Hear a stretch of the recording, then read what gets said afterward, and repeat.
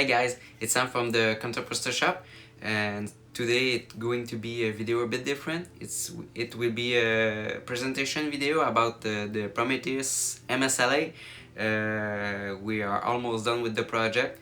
The final piece is almost here, the Prometheus controller board. So stick with us, and hopefully we will show you everything about the Prometheus that you need to know.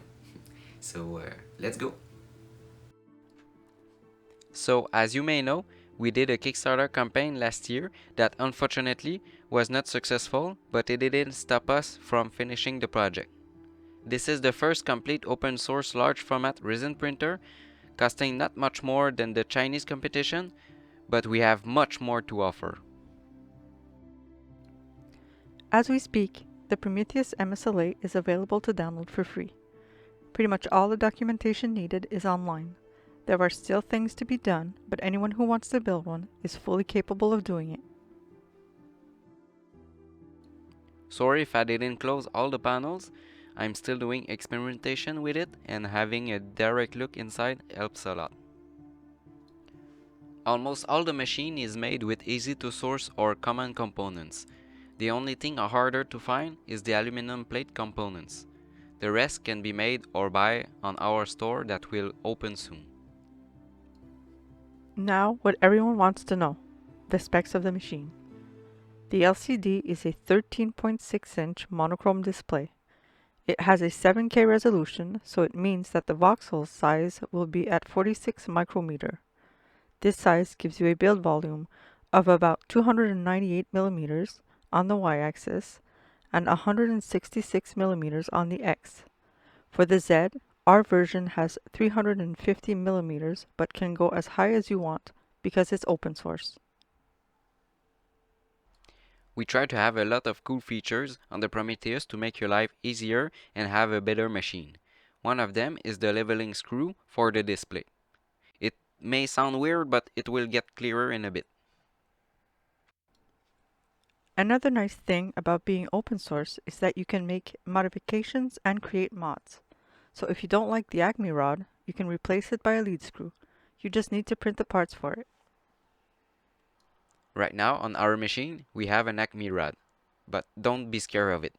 With the right pitch and the sturdy frame, the Acme rod do the job just fine, and we didn't have any trouble with it to this date. The build plate doesn't have any fancy features, only the standard 4 screws for leveling and a big solid grip on the top for easy handling.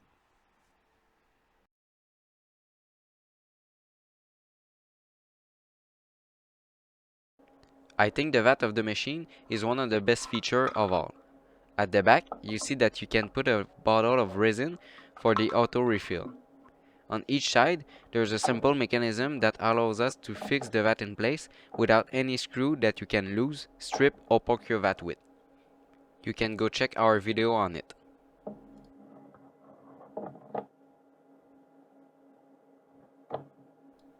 Here is a cut view of the machine.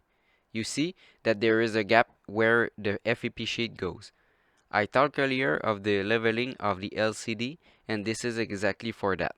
You can now move your LCD up so it can sit flush with the FEP. This difference in height allows us to put the vat safely on a table. We are less scared to have something under it that can poke or scratch the FEP sheet. Having a spout on the corner back helps with easy and clean pouring. With the geometry of it thought by our CAD team, prevents resin spilling on the side of the vat, and the large handle makes our life easier when we manipulate the vat.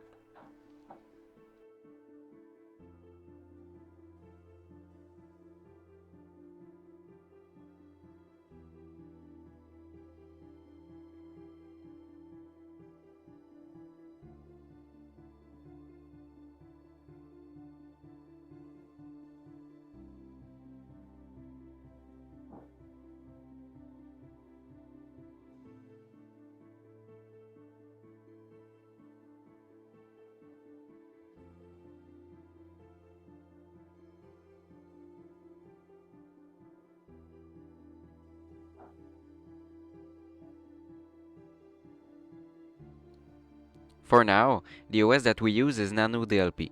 It offers a lot of cool features and it's a powerful piece of software for the machine. It offers the possibility to slice directly on your machine with resin profile and much more. Hopefully, we demonstrate the most important things about the project. If you want to know more, you can look at the in-depth series on the channel or join us on our socials. Links in the video description. The best is yet to come. The only thing missing for you to build a Prometheus is the controller board. We are just about to launch it. We are testing the final prototype, then they will be available to order. Come chat with us and give us your ideas on the development, and until then, don't forget to like, share, and subscribe. See you soon!